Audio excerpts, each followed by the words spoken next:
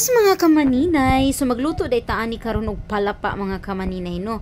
Ang inyong maninay ani guys, ugyan kay ni siya magluto labi na maghimo ta og content.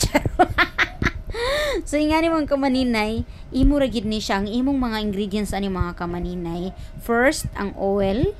Second is ang sili. Third is ang palapa sibuching.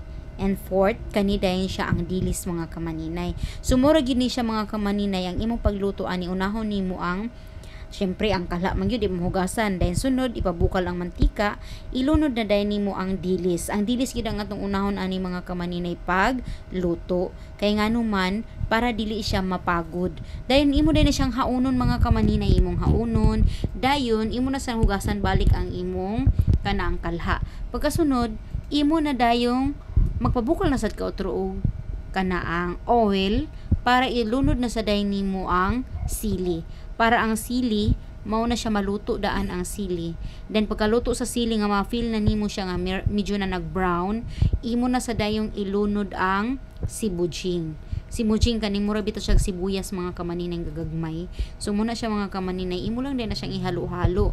I-mix nimo siya dayon hantod nga maluto. Imo na dayon isunod, ibalik dayon nimo tong imong giprito nga kanaang dilis. Mix na sad nimo siya ana. Ipataw-taw lang nimo mga 2 minutes ana, pataw-tawran lang sa nimo. Dayon ayha nimo siya haunon. So perfect kay ni siya mga kamaninay, labi na kung imong kanon is mais, bugas mais ana ng imong gilungag. So muna siya mga kamaninay no nga mao gid ni siya ang papagana sa kaon. So dili gyud kaani mga kamaninay kanaang kabalong undang pagkaon basta kung mao nimong sudan.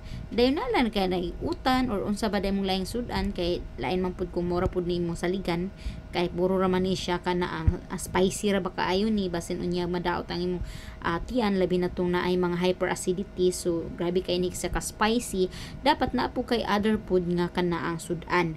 Imo ni siyang panghimagas lang nimo ni siya mga kamaninay mga dili kaludon. So ingani ni siya mga kamaninay, imo na siyang i-transfer didto sa kanaang plato nga kanaang transparent para gwapa sa siya tan-awon mga kamaninay ug kanaang presentable.